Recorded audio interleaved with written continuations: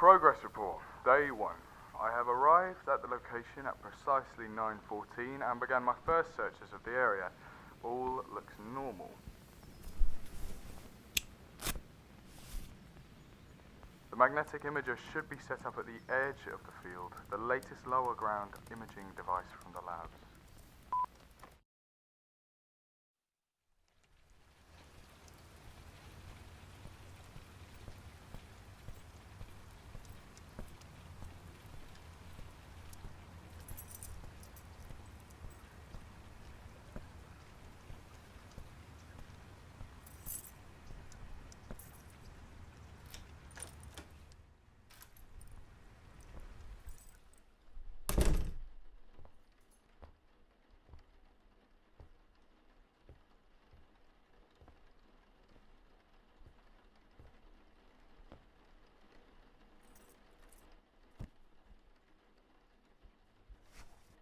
Diary, 21st of September.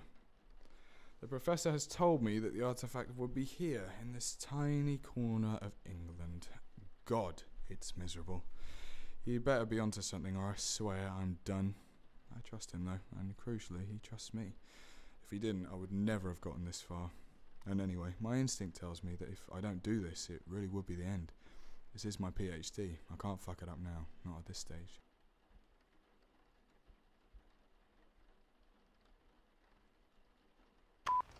Progress report, day 2. My first, second and third searches on the LGID returned no results, so I upped the power to 100 watts and received a much more impactful result.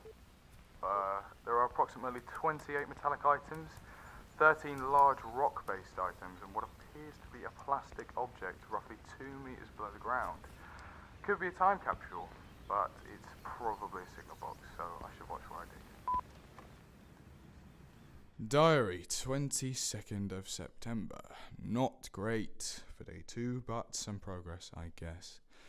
As Sod's law dictates, there was no time capsule, and I'm sure the majority of the objects I saw are duds, but hey-ho. I emailed the results to the professor, and he seemed reasonably pleased with them. He wants me to investigate all of the items closely. Tried calling Caitlin, but no response. She's been working hard lately. She's probably asleep. Lucky girl. Progress report, day 8.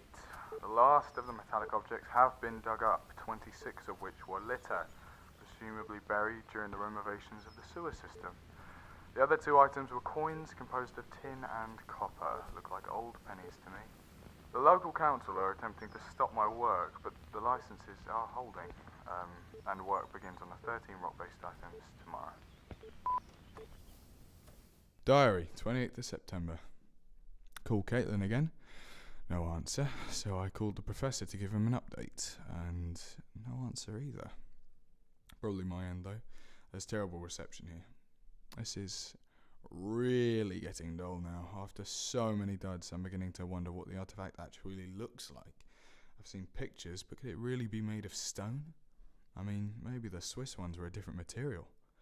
Decided on a title for my PhD, A Curious Globe and the History of the Moving Stones. Not too pretentious, I hope.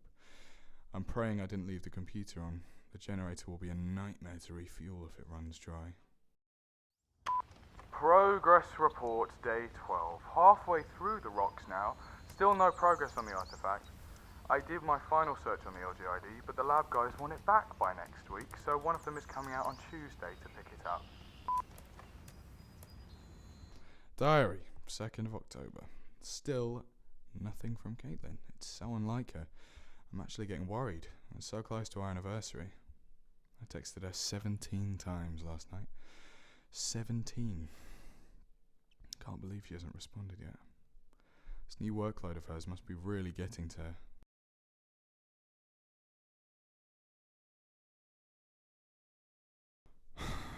Diary, 5th of October.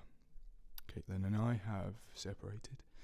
The professor is sorry. He says he's just sorry. He isn't, though. Of course he isn't. He's in love, just like I was. You don't feel a thing when you're in love. Life is just a numb experience, any emotion drowned out by that encapsulating, nauseating feeling of having someone to love.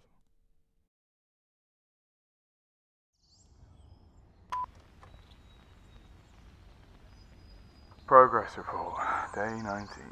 This is my final day here.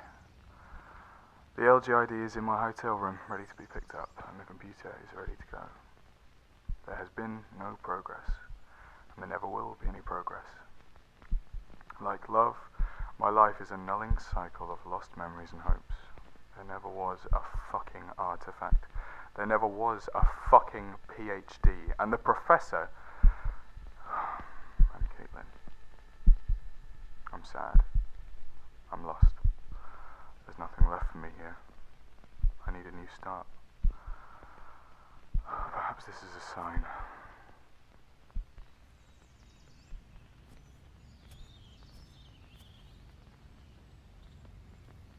A sign that my life is in need of a change.